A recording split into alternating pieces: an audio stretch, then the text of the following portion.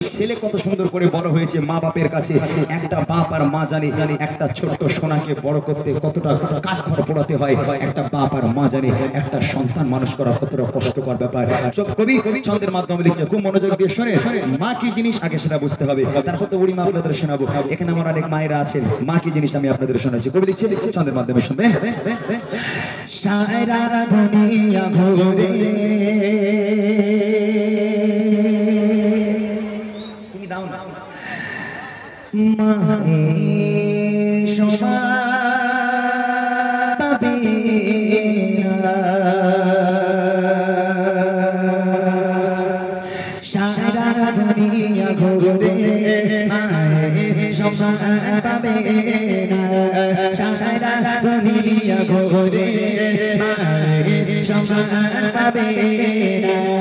সারে তো ছাড়া এই দুনিয়া, সারে তো ছাড়া এই দুনিয়া কেউ তো আপন হবে না। সারা দুনিয়া ঘুরে মায়ের সমান পাবে না। সারা দুনিয়া ঘুরে মায়ের সমান পাবে না। সারে তো ছাড়া এই দুনিয়া, সারে তো ছাড়া এই দুনিয়া কেউ তো আপন হবে না। সারা দুনিয়া ঘুরে মায়ের সমান পাবে না। সারা দুনিয়া ঘুরে মায়ের সমান পাবে না। আজ আমি এখানে গজল বলতে এসেছি। এখান থেকে বাড়িতে যাব, ভোর হয়ে যাবে। একই ছাদের তলায় ঘুমাবে আমার মা আমার স্ত্রী।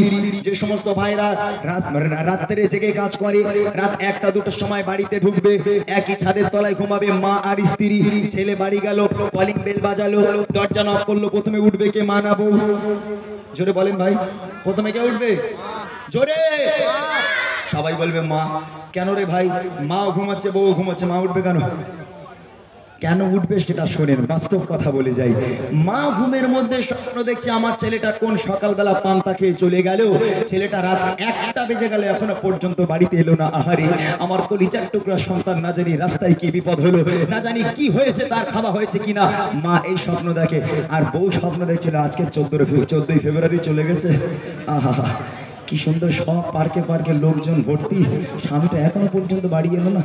ইস ছি ছি ছি, কত সুন্দর করে ঘুরতে যাবো মনে করেছিলাম, আবার আজকের মাইনে পাওয়ার কথা আছে। এখন ছেলে বাড়িতে এলো, দরজা নক করলো, মা ঘুম থেকে উঠলো। হ্যাঁ রে বাবা, এত লেট হলো কেন রে বাবা? মা রাস্তায় জ্যাম ছিল মা, ওই জন্য লেট হয়ে যায়। ঠিক আছে বাবা, খাওয়া দাওয়া করে ঘুমিয়ে পড়ো, আমি এবার নিশ্চিন্তায় ঘুমাই। ঠিক আছে মা, যাও ঘুমিয়ে পড়ো। আর যদি বেতালে বউ উঠে যায়, ওরে আল্লাহ। একদম দরজা নক করলো, বউ এলো, দরজা করলো, চোখ কষ্ট হয়ে যায়, দেখো মাইনে পেয়েছো, দেখো মাইনে পেয়েছো। বলে আগে ঘরে চো বলতিস, বলে না তোমার বিশ্বাস নেই, তুমি আগে মাইনে দাও, তোমার ঘরে ওঠো, আগে টাকা দাও। স্বামীর কেন লেট হলো জিজ্ঞেস করার দরকার নেই। ওই জন্য আল্লাহ পাক আল্লাহ তাআলা বলে, আমি আল্লাহ আমাকে ইবাদত বান্দেগি করার পর দ্বিতীয় নম্বর ইবাদত হলো তোর বাপ মায়ের প্রতি ইহসান করা, বাপ মাকে ভালোবাসা। পৃথিবীর বুকে বিনা স্বার্থে ভালোবাসতে পারে একজনই, সেটা হলো তোমার মা।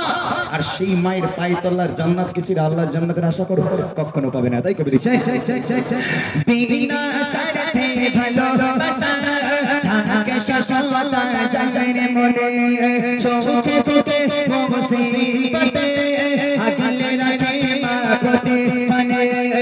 বিনা স্বার্থে ভালোবাসা থাকে সফলতা চাই রে মনে, সুখে দুঃখে মুসিবতে আগলে রাখে মা প্রতি মানে। সেই মায়ের অবদান, সেই মায়ের অবদান ভোলা তো বোঝাবে না। সারা দুনিয়া ঘুরে মায়ের সমান পাবে না। সারা দুনিয়া ঘুরে মায়ের সমান পাবে না। সারা তো ছাড়া এই দুনিয়া, সারা তো ছাড়া এই দুনিয়া কেউ তো আপন হবে না। সারা দুনিয়া ঘুরে মায়ের সমান পাবে না। সারা দুনিয়া ঘুরে মায়ের সমান পাবে না। এইবারে আসেন যারা বুড়িমা শুনেছেন, এখান থেকে বুড়িমা শুরু।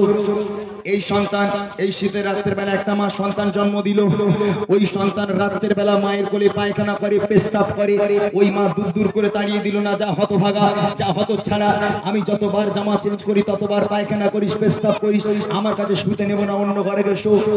কোনো মা কোনো বাচ্চাকে এরকম বলবে না। মায়ের কোলে পায়খানা করে দিল, সেই মা সুন্দর করে গোসল সুন্দর করে ঘুম পাড়িয়ে শীতের রাতের বেলা গোসল করে নিজেকে পাক পবিত্র করার জন্য। আর সেই সন্তান যখন আস্তে আস্তে আস্তে আস্তে বেড়ে উঠলো, বড় হয়ে গেল, বিয়ে হয়ে গেল, এখন বাপ মা বুড়ো বুড়ি হয়ে গেল, বাপ মা বাচ্চাদের মতো হয়ে গেল, অচল হয়ে গেল। বাপ মা যদি ঘরের মধ্যে পায়খানা পেশাব করে বলে তখন তোমার ঘাড়ে বাজ পড়ে। হ্যাঁ, রাগ করলে হবে না ভাই, রাগ করলে হবে না মাইরা। আজকের বাপ মা কি জিনিস তুমি জানো? তোমার বাপ মা যদি তোমার বাড়ি থাকে, আল্লাহ রসুল বলে তোর বাপ মা যদি তোর ঘরে থাকে, তোর বাপ মা তোর জন্য এমন একটা বরকত, আল্লাহর রহমত এবং বরকত কখনো তোর বাড়ি থেকে ফোরাবে না। তোর বাপ মাকে তোর ঘরে রাখ, তুই 1 টাকা ইনকাম করবি, আল্লাহ 100 টাকা তোকে দিয়ে দেবে। বাপ মা তোর জন্য বরকত। আর যদি বাপ মাকে আলাদা খেতে দাও, বাপ মাকে যদি রাস্তায় রাস্তায় ভিক্ষে করতে হয়, মনে রেখে দিও 1 লক্ষ টাকা তুমি আনবে, 1 টাকাও তুমি রাখতে পারবে না।